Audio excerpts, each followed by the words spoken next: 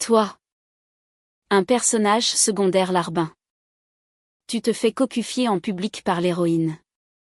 Même sa servante ose fracasser ta table et menace de ruiner ta réputation. Pourtant, alors que tout le monde s'attend à te voir perdre la tête par amour, d'un revers de la main, tu envoies la servante personnelle de l'héroïne voler à 10 mètres. Puis tu claques 10 000 taels d'or à une vente aux enchères. Uniquement pour acheter cet œuf de dragon capable de détruire le destin du héros. Su-Qian. Quand Xiao Kui, la servante personnelle de Qian, a fait irruption dans l'auberge des 4 mers, tu étais en train de lever ta pancarte aux enchères. En tant que distributeur de billets numéro 1 de ce roman à l'eau de rose. Ton script de vie se résume à 2 choses, te tuer à la tâche pour gagner de l'argent, puis trouver des stratagèmes pour le donner à l'héroïne. Oui. C'est bien ça. Lui donner de l'argent au sens littéral. Après tout, l'argent est indigne de notre noble héroïne et pourrait souiller son âme pure. Chaque fois, tu dois te creuser la tête et user de subterfuges pour glisser l'argent dans sa poche. Le jour où tes souvenirs se sont éveillés, tu t'es regardé dans le miroir et tu t'es mis 2 gifles. Ce n'est pas un second rôle masculin épris. C'est clairement un larbin avec une fonction de distributeur automatique. Xiao Kui, les mains sur les hanches, se plante devant toi, les yeux ronds de colère. Ma maîtresse se fait harceler au pavillon Kuiwa par ses filles de grande famille. Elle se moque d'elle parce qu'elle ne peut pas s'acheter le miaoyen. Ling. Sa voix claire a retenti dans la salle des ventes, qui est devenue instantanément silencieuse. Tous les badauds ont tourné la tête en même temps, le visage rayonnant d'excitation à l'idée d'assister enfin à ce spectacle. Autrefois, tu te serais déjà précipité avec ta bourse pour soutenir l'héroïne. Mais aujourd'hui, le vieil empereur est mourant, et la lutte pour le trône couve. Derrière ces jeunes filles de l'aristocratie se trouvent de puissantes factions de la cour. Le public retient son souffle, attendant de voir si le 6e prince choisira le trône ou la belle. Tu as siroté ton thé nonchalamment. Alors, Su-Qian peut se le permettre ou pas? Xiao Kui s'est figé. Un point d'interrogation presque visible au-dessus de sa tête. D'après le scénario, tu aurais déjà dû lui donner des lingots d'or et te précipiter pour jouer les pigeons. Le brouhaha des discussions a éclaté. Le 6e prince a changé de caractère. Il était temps. J'ai entendu dire qu'il y a un beau moine au temple de la montagne de l'Ouest. Le visage de la servante est devenu de plus en plus vert. D'habitude, ton attitude soumise devant Su-Qian lui avait donné une fausse impression. Elle pensait qu'un prince n'était rien de plus qu'un chien à qui l'on pouvait donner des ordres. Piquée au vif par les regards, elle a soudainement abattu sa paume. La table en bois de poirier s'est instantanément brisée en 1000 morceaux. Ta main tenant la tasse de thé a tremblé. Cette fichue table était en bois de fer noir, capable de résister aux épées. Comme prévu. Dans un monde fantastique, même les servantes sont des combattantes d'élite. Oh! Ne t'inquiète pas. L'auteur a fixé ta puissance de combat. Toi le distributeur. À 0. Insolence. Tu as soufflé sur l'écume du thé. Et levé les paupières. Et alors? Si tu maîtrises les arts martiaux? Moi. Maintenant? Je suis le Nyouru éveillé. Ton regard était froid comme la glace. Mais un sourire malicieux se dessinait sur tes lèvres. À peine avais-tu parlé qu'une pression terrifiante a émané de derrière toi. Le visage de Xiao Kui est devenu blême. Ses yeux écarquillés remplis d'incrédulité. Ce prince larbin osait vraiment s'en prendre à elle? Ses lèvres tremblaient. Mais elle a tenté de rester fière. Jaoyi. Si tu oses me toucher, ma maîtresse ne te le pardonnera jamais. Tu as tranquillement fini ta tasse de thé. Puis tu l'as jetée. Pof. La tasse en porcelaine s'est fracassée au sol, faisant sursauter Xiao Kui. Une simple et vile servante ose se montrer insolente devant ce prince? Tu as épousseté tes manches. Pour l'amour de ta maîtresse, je t'épargne ta misérable vie. Xiao Kui a poussé un soupir de soulagement, un air suffisant revenant sur son visage. Comme prévu. Toujours le même larbin. Elle s'apprêtait à se moquer de toi quand tu as ajouté d'une voix légère. La peine de mort est évitée. Mais le châtiment est inéluctable. Giflez-la. Apprenez-lui les bonnes manières. Une gifle retentissante l'a fait tourner comme une toupie. Elle a été projetée hors de la salle et s'est écrasée dans la rue. La moitié du visage enflé comme une brioche. Pointée du doigt par la foule, Xiao Kui a failli cracher du sang de rage. Elle s'est relevée. En chancelant. Te lançant un regard venimeux. Puis elle a couru en titubant vers le pavillon Kuiwa. Tu n'as même pas daigné lui jeter un regard. Une servante aussi arrogante ne méritait pas ton attention. Tes adversaires sont les héros, hommes et femmes, de ce roman à l'eau de rose. Quand tes souvenirs se sont réveillés, tout le contenu du livre a défilé devant tes yeux. Dans l'œuvre originale, tu as vidé tes coffres pour aider l'héroïne à accéder au pouvoir. Mais elle s'est retournée contre toi pour s'emparer du trône du dragon de ta dynastie. La grande Xia. Le héros était encore pire. Il a pratiqué la cultivation et est devenu un grand immortel. Finalement, ce couple divin a étalé son amour en marchant sur tes os. Tandis que tu mourais au milieu d'une armée en déroute, sans même une sépulture décente. Après avoir vu ce scénario, tu as ri nerveusement. Bon sang. Ce rôle de larbin, c'est vraiment du jamais vu. Au début, tu ne croyais pas être capable d'une telle bêtise. Mais l'arrogance de Xiao Kui tout à l'heure t'a brutalement ramené à la réalité.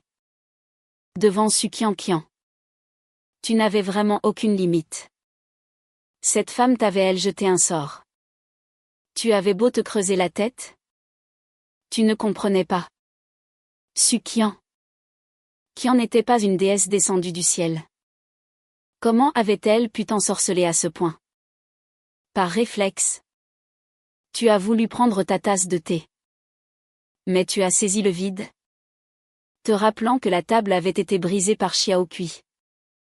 Alors que tu allais retirer ta main, quelqu'un t'a tendu une tasse de thé chaud. Du coin de l'œil, tu as aperçu une jeune fille au visage froid, une épée à la main. Qin Feng. Son nom était aussi froid que sa personne. Tu l'as regardée à la dérobée et elle t'a surpris. Elle t'a lancé un regard aussi tranchant qu'un glaçon. Cette fille était encore en colère contre toi à cause de ton passé honteux à te prosterner devant Su Qianqian. Tu as reporté ton attention sur l'estrade des enchères. Tu as esquissé un sourire.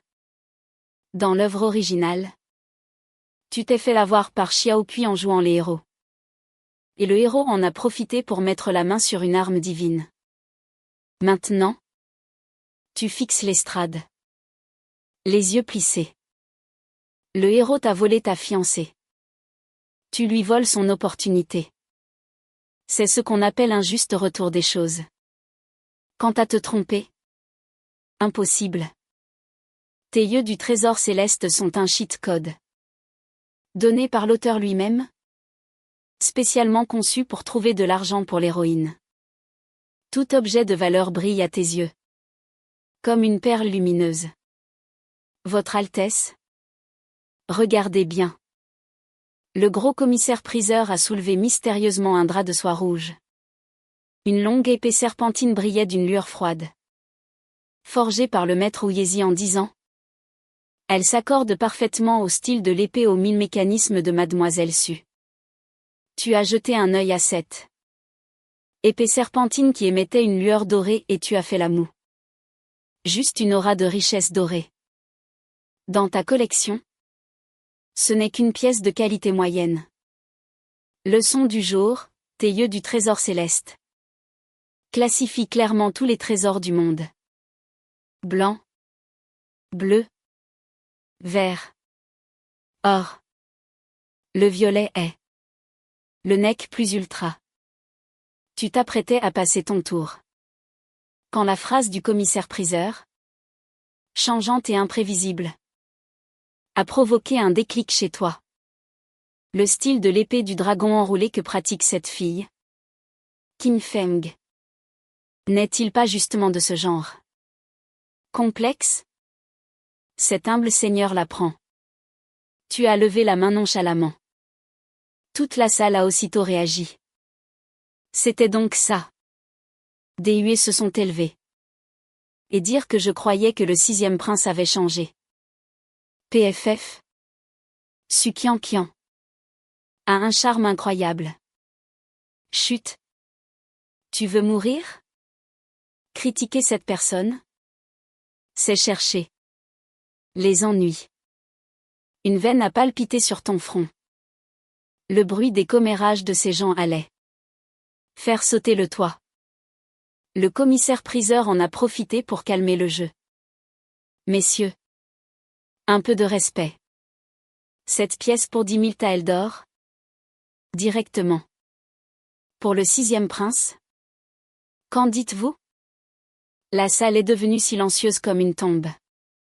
10 000 taels. Une somme astronomique qu'une famille ordinaire ne pourrait gagner en 10 vies.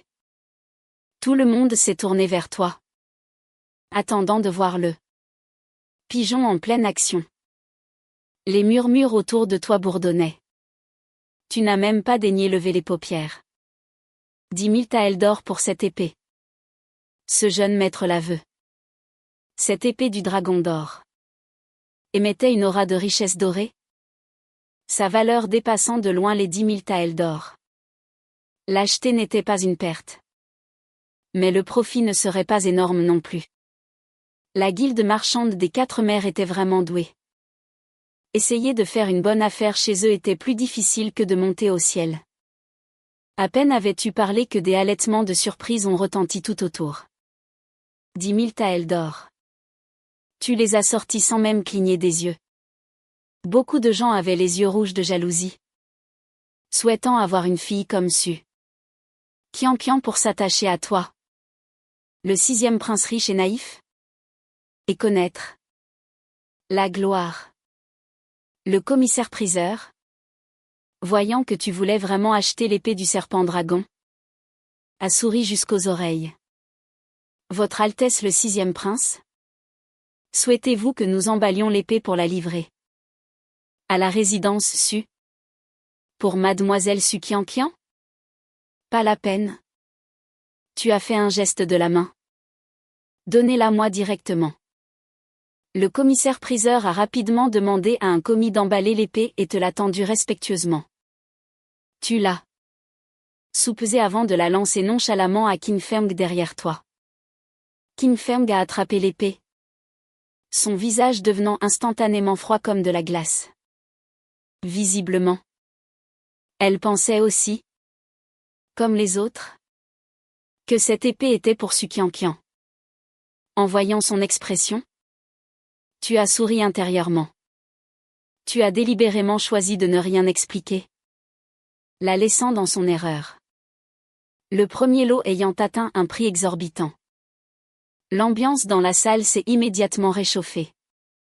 Le commissaire-priseur a battu le fer tant qu'il était chaud, présentant plusieurs autres lots. Sous les enchères endiablées de la foule, les prix ont grimpé en flèche.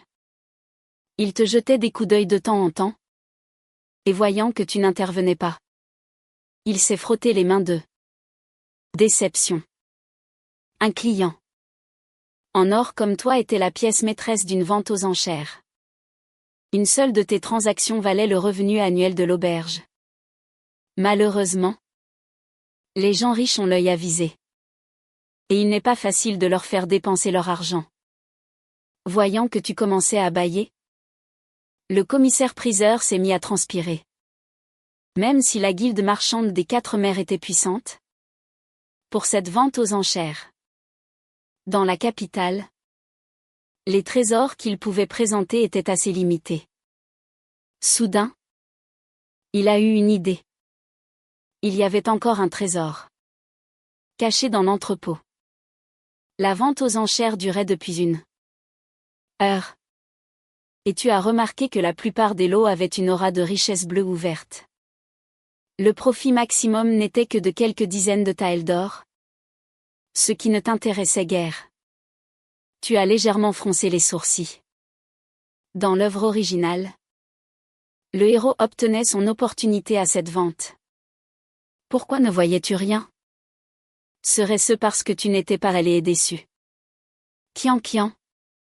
Créant un effet papillon?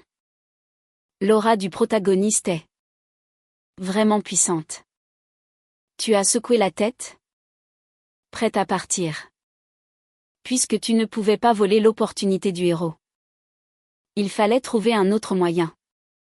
Voici maintenant le trésor principal de cette vente aux enchères. Le commissaire-priseur a soudainement élevé la voix. Ce trésor rare de la mer de l'Est. Le manquer, c'est le regretter toute sa vie. Tu t'es rassis, le regard fixé sur l'estrade. Sans que tu saches comment. Une boîte en bois de santal pourpre était apparue devant le commissaire-priseur. Des interstices s'échappaient une lueur violette et dorée. Une aura de richesse violette. Ton cœur a sursauté. Ce niveau d'aura, tu ne l'avais vu que sur le sceau impérial. C'est ça. Tu étais presque certain que c'était l'opportunité du héros dans l'œuvre originale. Dire que la première fois, pour aider Su Qian Qian, tu avais manqué un tel trésor. Dans la salle, quelqu'un a crié. Commissaire? Qu'y a-t-il dans cette boîte? C'est ça. Ouvrez-la vite. Qu'on voit. La mer de l'Est n'est-elle pas occupée par des bêtes démoniaques? Comment avez-vous trouvé ça? Le commissaire-priseur observait ta réaction. Voyant que tu montrais enfin de l'intérêt, il a poussé un soupir de soulagement. Il s'est raclé la gorge et a passé sa main potelée sur la boîte. Notre guilde marchande des 4 mers a toujours été honnête avec ses clients. Le commissaire-priseur s'est frappé la poitrine, en jurant que leur guilde était basée sur l'intégrité. Je dois vous expliquer la situation de ce trésor en toute transparence. À ces mots, tout le monde dans la salle a tendu l'oreille. La boîte contient un œuf, a-t-il dit en se frottant les mains. Quant à savoir de quel œuf il s'agit, nous avons consulté tous les anciens textes. Sans succès. La guilde a tout essayé pour le faire éclore, mais en vain. Il a soupiré. L'expert en trésor suppose que c'est peut-être un œuf de dragon mort. C'est pourquoi il n'éclot pas. Messieurs, réfléchissez-y. À 2 fois avant d'enchérir. L'auberge est immédiatement devenue bruyante. Osez vendre un œuf mort? C'est de l'arnaque. Je me disais aussi, comment la guilde des 4 mers a-t-elle pu obtenir un trésor des dragons de la mer de l'Est? C'était donc un œuf mort. Même s'il est mort, il vient de la mer de l'Est. Il pourrait être utile pour l'alchimie. Moi, je dis qu'il vaut mieux le faire cuire.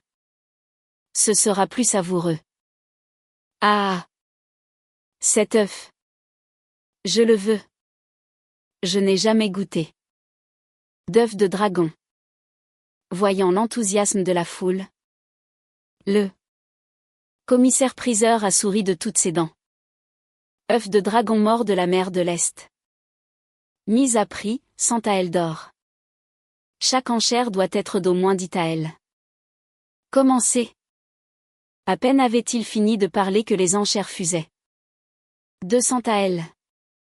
250. 500 taels. Ne vous battez pas avec moi. 1000 taels. Une fois le prix arrivé à 1000 taels, les enchérisseurs se sont fait plus rares. Après tout, personne ne savait si cet œuf valait vraiment ce prix. Dépenser quelques centaines de taels pour s'amuser, ça allait. Mais plus de 1000. C'était être un pigeon. Le commissaire-priseur était ravi. Cet œuf mort. Ses supérieurs lui avaient ordonné de le jeter. Il ne s'attendait pas à le vendre à un prix aussi élevé. C'était comme si l'argent lui tombait du ciel. Il t'a regardé en coin, le cœur battant. Ce parrain en or n'avait pas encore enchéri. Tu n'avais pas du tout remarqué le regard lourd de sens du commissaire-priseur? Tu étais trop occupé à te souvenir de l'intrigue originale. Tu te souvenais clairement que le héros avait une bête gardienne? Mais ce n'était absolument pas un dragon. Dans ce monde, les dragons ont une signification particulière. Si le héros avait vraiment élevé un dragon, cela aurait fait grand bruit dans toute la ville. Soudain, une idée t'a traversé l'esprit, le héros avait probablement utilisé cet œuf de dragon mort pour faire naître une autre espèce de bête gardienne. Malheureusement, au moment de ton éveil, tu n'as vu que ta propre ligne temporelle. Et tu ne savais rien des atouts du héros. Après tout, dans l'œuvre originale, tu n'étais qu'un faible. Le héros ne daignait même pas te montrer sa véritable force. Mais peu importe. Puisque l'œuvre originale indiquait que la première fortune du héros venait de cette vente aux enchères, cela devait être lié à cet œuf mort. Il suffisait de lui voler cet œuf. Et la vie surpuissante du héros devrait être réinitialisée. C'était ça. Le véritable effet papillon. 5000 taels. Ta voix nonchalante a instantanément couvert le brouhaha. L'auberge entière est devenue silencieuse. Avant d'exploser. Le 6e prince est fou. Il a trop d'argent à brûler. Les fonctionnaires vont vouloir sa peau. Les badauds en avaient les yeux qui sortaient des orbites. Le vieux gourmet qui voulait acheter l'œuf pour le cuisiner a discrètement rentré la tête. Le commissaire-priseur tremblait d'excitation, sa graisse frémissant. Sa main posée sur le comptoir tremblait. 5000 taels. Première fois. Voyant que personne ne surenchérissait, il s'est incliné vers toi avec un sourire servile. Félicitations. 6e prince. 5500 taels. Un trouble fête a soudainement surgi d'un coin. Tout le monde s'est retourné en même temps. Le premier prince, Zhao Mian, se tenait dans l'ombre, avec un beau moine. Les badauds se sont aussitôt dispersés. Tout le monde savait que de la résidence de ce seigneur, on sortait des cadavres tous les jours. Tu t'attendais à voir le héros, mais pas à ce qu'il soit aux côtés du premier prince. Ton regard a balayé le petit moine aux lèvres carmin et aux dents blanches. Tu as hoché la tête intérieurement. 7. Aura ascétique. Pas étonnant qu'elle ait tant séduit l'héroïne. Le premier prince t'a lancé un regard méprisant, affichant clairement son dédain de s'associer à un larbin. Tu as eu un tic à la lèvre. De nos jours, même les méchants font de la discrimination basée sur l'apparence. Tu as levé les yeux au ciel. Zhao Mian te méprisait, mais tu le trouvais stupide. Ce type se faisait manipuler comme un pion et comptait joyeusement son argent. En revanche, le héros savait y faire Il a joint les mains et s'est incliné devant toi. D'un ton ni humble ni arrogant. Votre Altesse. Cet objet est lié à ce modeste moine. J'espère que votre Altesse me le cédera. Je vous en serai infiniment reconnaissant. Tu as souri d'un air entendu. Infiniment reconnaissant? De quelle manière? Tu as délibérément haussé le ton. Ne me dis pas que c'est le même genre de gratitude que de séduire ma fiancée dans mon dos. Boum. L'auberge a explosé. Bordel. Ce moine est celui du temple. De la montagne de l'Ouest. Le 6e prince s'est fait cocufier en beauté. Ce petit moine a l'air si pur. Mais il est plutôt du genre sauvage. Le héros était abasourdi. Il n'avait jamais vu quelqu'un ne pas suivre les règles du jeu. Un prince qui se fichait de sa propre réputation. Le visage de Zhao Mian s'est instantanément assombri. Même s'il méprisait son frère cadet obsédé par l'amour, l'honneur de la famille impériale ne pouvait être bafoué. Il s'est tourné brusquement vers le héros. Sa voix glaciale. Fagine. Ce que mon 6e frère a dit est-il vrai? Le héros allait parler quand une pression écrasante est descendue du ciel, faisant rougir son visage et saigner ses lèvres. Ta servante, Qin Feng, était intervenue. Mais la seconde d'après, la bague en os à l'index du héros a émis une faible lueur, et une onde invisible a dissipé la pression. Qin Feng a étouffé un grognement, ayant clairement subi une perte. Tes yeux se sont illuminés. Bon sang. Alors c'est le coup du vieux sage dans la bague. Le cheat code de ce héros est vraiment flagrant.